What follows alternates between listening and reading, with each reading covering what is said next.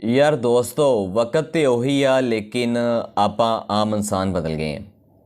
ਪਹਿਲੇ ਜ਼ਮਾਨੇ ਦੇ ਵਿੱਚ ਵੱਡੇ ਵੱਡੇ ਬਾਦਸ਼ਾਹ ਜਿਹੜੇ ਹੁੰਦੇ ਸੀ, ਅਮੀਰ ਲੋਕ ਹੁੰਦੇ ਸੀ, ਜਿਹੜੇ ਅਮੀਰ ਤਬਕਾ ਸੀ ਜਿਹੜਾ ਉਹ ਗੁਲਾਮ ਖਰੀਦਦੇ ਹੁੰਦੇ ਸੀ। ਗੁਲਾਮਾਂ ਨੂੰ ਖਰੀਦਣ ਦਾ ਆਮ ਰਿਵਾਜ ਸੀ। ਜਿਹਦੇ ਕੋਲੋਂ ਵੀ ਕੋਈ ਦੌਲਤ ਹੁੰਦੀ ਸੀ, ਗੁਲਾਮ ਦੀ ਜ਼ਰੂਰਤ ਹੁੰਦੀ ਸੀ ਤੇ ਉਹ ਮੰਡੀ ਦੇ ਵਿੱਚ ਜਾਂਦਾ ਸੀ ਤੇ ਗੁਲਾਮਾਂ ਨੂੰ ਖਰੀਦ ਲਿਆਉਂਦਾ ਸੀ। इस तरह ये लोग ਜਿਹੜੇ ਗੁਲਾਮਾਂ ਨੂੰ ਖਰੀਦਦੇ ਹੁੰਦੇ ਸੀ। ਅਮਰੀਕਾ ਦੇ ਵਿੱਚ ਤੇ ਗੁਲਾਮਾਂ ਦੀਆਂ ਮੰਡੀਆਂ ਲੱਗਦੀਆਂ ਹੁੰਦੀਆਂ ਸੀ। ਗੁਲਾਮਾਂ ਨੂੰ ਖਰੀਦਣ ਵਾਸਤੇ ਲੋਕ ਦੂਰ ਦੂਰ ਤੋਂ ਉਸ ਮੰਡੀਆਂ ਦਾ ਰੁਖ ਕਰਦੇ ਹੁੰਦੇ ਸੀ। ਬਾਦਸ਼ਾਹ ਅਮੀਰ ਲੋਕ ਗੁਲਾਮ ਖਰੀਦਦੇ ਹੁੰਦੇ ਸੀ।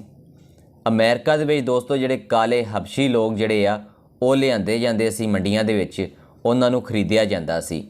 ਗੋਰੇ ਲੋਕ ਉਹ ਗੁਲਾਮਾਂ ਨੂੰ ਖਰੀਦਦੇ ਸੀ।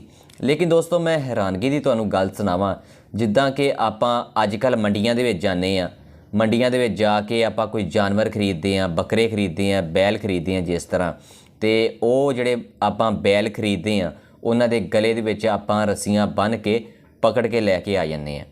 ਲੇਕਿਨ ਦੋਸਤੋ ਉਸ ਦੌਰ ਦੇ ਵਿੱਚ ਜਿਹੜੇ ਕਿ ਇਹ ਕਾਲੇ ਹਬਸ਼ੀ ਲੋਕ ਹੁੰਦੇ ਸੀ ਨਾ, ਇਹਨਾਂ ਦੇ ਗਲੇ ਦੇ ਵਿੱਚ ਰੱਸੀਆਂ ਬੰਨ੍ਹੀਆਂ ਜਾਂਦੀਆਂ ਸੀ ਤੇ ਇਹਨਾਂ ਨੂੰ ਜਾਨਵਰਾਂ ਦੀ ਤਰ੍ਹਾਂ ਘਸੀਟ ਕੇ ਲਿਆਇਆ ਜਾਂਦਾ ਸੀ। ਦੋਸਤੋ ਗੁਲਾਮ ਖਰੀਦਣ ਦਾ ਰਿਵਾਜ ਉਸ ਦੌਰ ਦੇ ਵਿੱਚ ਆਮ ਸੀ। ਗੁਲਾਮਾਂ ਦੀ ਖਰੀਦੋ ਫਰੋਖਤ ਮੰਡੀਆਂ ਦੇ ਵਿੱਚ ਹੁੰਦੀ ਸੀ।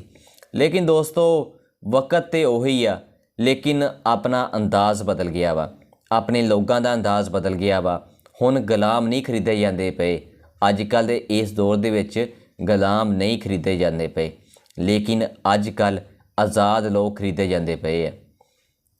ਵੱਡੇ ਵੱਡੇ ਬਾਦਸ਼ਾਹ ਜਿਹੜੇ ਅੱਜ ਕੱਲ੍ਹ ਦੇ ਉਹ ਆਜ਼ਾਦ ਲੋਕ ਖਰੀਦਦੇ ਪਏ ਆ।